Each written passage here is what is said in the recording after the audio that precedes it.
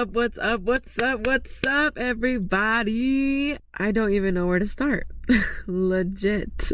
I pray and I hope that you guys are well and you're safe and you're healthy and that you're being productive with this time, essentially, because I was having a conversation with my friend the other day and we were talking about, like COVID-19 and everything, because our plans have drastically changed since we're both graduating this weekend. Class of 2020, shout out. Congratulations. You did that. You did it against all odds. You did it. It might not be the graduation that we anticipated. It might not be the economy that we anticipated into starting our careers, because if you're anything like me, my industry is completely shut down because we solely are based on getting people together.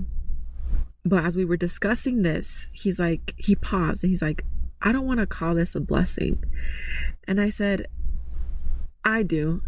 Not that the COVID-19 and millions of people are dying, like that's not obviously a good thing. That's very unfortunate. That's very serious. But I truly believe that God is taking this time. He had to take this extreme measure to make us realize some extreme things that were going on in our lives. Whether it be with yourself, whether it be reading more, whether it be digging up these wounds that you learned to bury and bringing them out and finally addressing the situation and healing them. Whether it be with your family, whether it be with your children. I heard Pastor Mike Todd say the other day in one of his sermons in Relationship Goals Reloaded, talking about how maybe God anticipated you to lose your job because you haven't spent time with your kids in 10 years. Marriages are being redefined. Marriages are being challenged because they finally are forced to spend time with each other. And now they're figuring out that they don't like each other or that they got issues that they never addressed. This time is so critical for healing, improving, growing, taking a step back from constantly being on the go, grind. I gotta go here, I gotta go there, I gotta do this, I gotta talk to this person, I have 3 events of this day, my schedule is full. We never had a time to stop. Pause. Take a deep breath. Take in the moment that we are in now. Life is too short. Life passes by so quickly.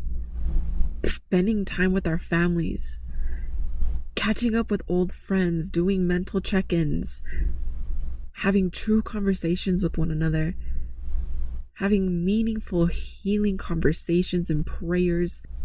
I truly believe that God is like, y'all better wake up. I have given you all the resources. I have given you all the tools in order for you to succeed as an individual, as an organization, as an organism. Why are you not using them? They are at the tip of your fingertips. This entire COVID-19 has changed businesses, mindsets, industries, organizations, I would argue, for the better. There's so many churches that never believed in live streaming, never believed in technology, never accepted any form of payment for their tithing or offering instead of cash, anything like that until now. They are forced to do so because we are not able to get together. They are being forced to think differently. We are being forced to do things differently. Change is not always bad. In fact, I would argue it is sometimes what we need. Just because we are not doing things in the way we were taught, the way we traditionally have been doing it, the way that we are comfortable doing it, does not mean that it is wrong. And I think a lot of people, more than ever, are realizing that right now. Speaking to my mom when this started in March, I had said something about when we get back to normal. She's like, Mika, we're not going back to normal.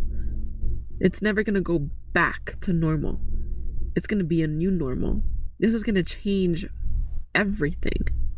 The way we address people, the way we carry ourselves, the distancing, the way we do things. And I started applying it to like, wow, mom, like you're right. It's going to be a new normal. And that doesn't mean that it's bad. There shouldn't be a negative light shine on that.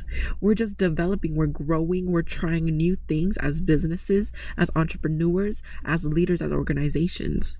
God is definitely saying, y'all need to wake up. The fact that we have to go to this extreme measure for us to start stepping up our game, to start healing, to start thinking outside of the box, says something greatly. I truly believe that this generation is the generation for change, for a revival, for an ignite. The flames are about to burst. My mom said that God is saving the best for last. I agree with her. I truly believe that this generation is the one that's going to make impact in politics, in society, in organizations, in churches, in the world. The movement of God is going to be like never before, but we need to be moved and be shaken out of our traditional ways and be shaken out of what we are used to be doing. And yes, and that might have worked back then. And yes, it might work still now, but we still need to continue to move forward. We need to think outside of the box. We need to use what God has given us for our advantage to reach more people, to blow. I don't understand how I am like a loss of words. Like, how do I say this revival? That's what it is. It's a revival in politics and society and everything. And I am so excited to see it come to pass. And I'm telling you, baby, if you are not on this mindset, you need to get with it. This week, I finished my undergrad of my bachelor's of science in event and meeting management. Woo, woo! And I finished my last class and I was alone at the house. My roommates weren't here. I finished my last class and I was just so overwhelmed with joy and gratitude. I sat there and I said, I can't believe the day has come. I can't believe that I'm actually doing this. I can't believe that 4 years ago, I was just in high school thinking about trying to select what college I was going to go to, what I wanted to pursue, what I was passionate about. And I was just reflecting about all the blessings God blessed me with. Like, against all odds, I am standing here today, and guess what? So are you. Against all odds. Just take a moment. Sometimes, I learned this from Pastor Michael Todd, we don't always need something new to come up to show us the glory of God, or we don't need something for God, another miracle. All we need is to remember. Take a moment and remember. Remember when He brought you out of that situation. Remember when He saved your family. Remember when He saved your life. Remember when He spoke to you through other people. Remember the talents and the dreams He gave you. Remember the relationships and the connections that He brought to your life in order to let you reach where He wanted to take you. Remember the trials that you overcame. Remember the tribulations that you conquered.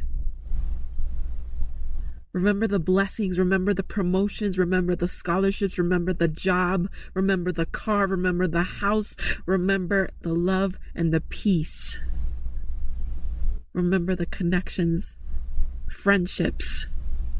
Remember when you didn't know what you were going to do. You didn't know what you were going to eat, how you're going to put gas in your car. You didn't know where you were going to stay, and you are still standing here today. Remember. And as I finished my last class, I closed my laptop. I started to remember everything God had done for me to bring me to this point. There was a point in my life in sophomore year of my college career where I sat down with my advisor and I was about to drop out.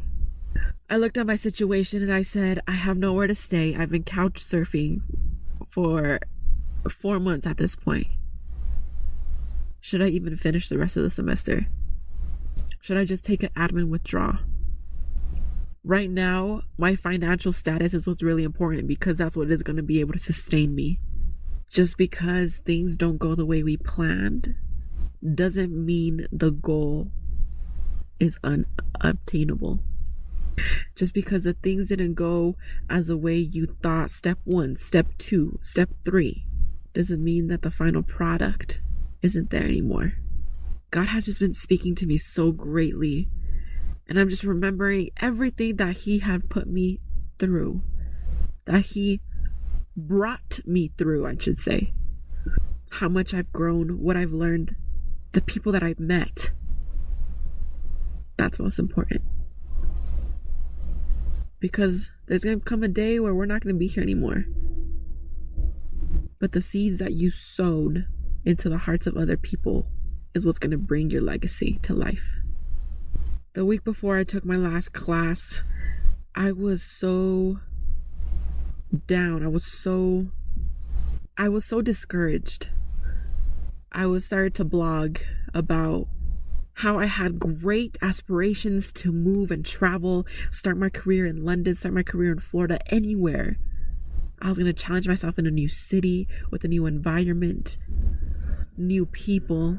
I had plans to pursue all these great things that I've always wanted to do because now I was allowed with the time. My mind was so made up that I was just going to leave and jump right in. I already had a job in place. And now you look on Indeed and there's not a single job posting in your profession. Companies and industries are laying people off instead of hiring them right now. And anxiety and worry came upon me because I was like, God, I wanted to do these great things. I was going to hit the ground running. And I'm literally stopped. I'm at a block. And there's nothing in my power that I could do to step over it and continue my plan. There's many high school students that will never get a graduation because some might not pursue going to college, which is fine. But this was their one chance. They were going to walk across the stage with the cap and gown and their family cheering them on from the audience. My heart goes out to all the first generation students because I know exactly what you guys are all feeling. I was so disappointed. I was angry. I was upset. I was worried. It was my time to shine, and now I can't even do anything. And it's not like this is just gonna last for a couple more weeks. Like has impacted our economy like no other. There's gonna be a new normal we all have to adjust to. I wasn't prepared for this. I didn't take a coronavirus 101 class in college. And when I finished my last class, I had to give God praise and the honor and the glory. Because even though we don't have those special moments, even though we're not going to be able to get dressed and go with our peers and walk across a stage, take pictures, find our family and just hug them with tears of joy and just hearing congratulations, you did it. Being the first in your family to graduate college, the first generation student. Setting examples for your little cousins, for your little brother, for your little sister. Setting an example for your legacy, for your lineage, for your children's children. Breaking generational curses. Even though our plan is messed up, even though our career that we wanted to jump into is not even existent. Even the company and jobs that we were hoping to apply for. Even the references we got. The internships. Regardless of everything, you are still standing. You are still here. One thing college taught me was you better not give up when it gets tough. You keep going and you switch routes. You find new ways. You find new tactics. You find new people. You find communities that could support you with that mindset and help you obtain your goal. You don't give up. You problem solve. You roll with the punches until you get to your destination. The biggest thing that an education teaches you is to make you think differently, make you think outside of the box. You've been trained to do this for the past 4 years. You can and you will. You've made it this far. Who says you're not going to make it to the end, baby? Just because your plans change doesn't mean it's not successful anymore. At the end of the day, you hold that degree. At the end of the day, you hold that diploma proud, loud and proud. Don't let yourself give up. You did not come this far to give up. God did not bring you this far for you to give up. This is just another challenge. This is another trial. It's another tribulation. Whatever it is that you want to reference it as, it's going to make you stronger, because all the rest did. All the rest made you think differently. All the rest made you do things differently. All the rest, you grew from it. You grew through it. Give thanks and glory and honor to God through it all. Through it all. I was so overwhelmed with my emotions after my last class. I couldn't believe that the time had come. Time is of essence, so use this time wisely. Don't give up. Keep going. You can do it. You're gonna do it. But it's all up to you. You could be given the resources. You could be given the opportunity. You could be given the connections, but it's up to you if you what you decide to do with it all. You could show a horse where the food is. You could show the horse where the water is. You could show the horse how to drink it, but you can't force the horse to drink the water. Switch your mindset. I challenge you. Because what you speak, the Bible says that you have the power of life and death in your tongue. So when you speak, that's what you believe. That's where your heart is. Speak positivity. Don't be negative. Correct people when they're negative around you, because that's not the type of mindset you should be having. Yeah, the world might suck right now and everything's at a freaking stop, but guess what? As for me and my house, as for me, I'm going to keep going. As for my future family, as for my future generations to come, none of this discredits what you've been through. None of this discredits what you've gone through. None of this discredits what you've learned. None of this discredits your degree. None of this discredits your diploma. You still did it. You're still here. Keep going. Be creative. Do something you've never done before. Challenge yourself. Try new things. Try new hobbies. Try to connect with people in different ways. Listen to what God's telling you, most importantly. Because now that you're at a quiet time, the Bible talks about how he speaks to us in dreams. And the reason why God speaks to you in dreams is because you are finally at rest. You're not checking your phone all the time. You're not listening to other conversations. You don't have other people around you. You're not going to events. You're not writing papers. You're not doing applications. You're not watching a movie. Your mind is solely at rest. Your soul is at rest. You're free of distractions. And that's when God comes to speak to you, because you can finally listen. So just as that time is when you're at rest, what is everybody else doing right now? Staying home. Minimizing their contact with other people. Minimizing their travels. Minimizing the times that they leave the house. Minimizing the times for everything. Even for us, we have so much free time because we ain't working. We don't have school. At me. But you're at rest. You're becoming free of distractions. Free of places to go and things to do. Invest in something that's going to last once this is all over. And that's your mind. Your heart. Your soul. Your body. Better yourself. My cousin's out here running like 3 miles in the morning and then 10 miles at night because she just has that time. I'm like, damn, girl, okay. I see you out here in these streets making moves. Maybe it's not exercising for you. Maybe it's reading a book. For me, I never read my Bible until now. Legit. Invest in the things that matter most. Because once this is all over, we're all hitting the ground running. And depending how much you've been exercising your mind, how much you've been exercising your body, how much you've been exercising your brain muscles or whatever it might be, will define where you place in the race. In one of my last classes for event planning, risk management, advanced planning was a course, and risk management, we all had to learn how to start doing events virtually, because events is all about bringing people together.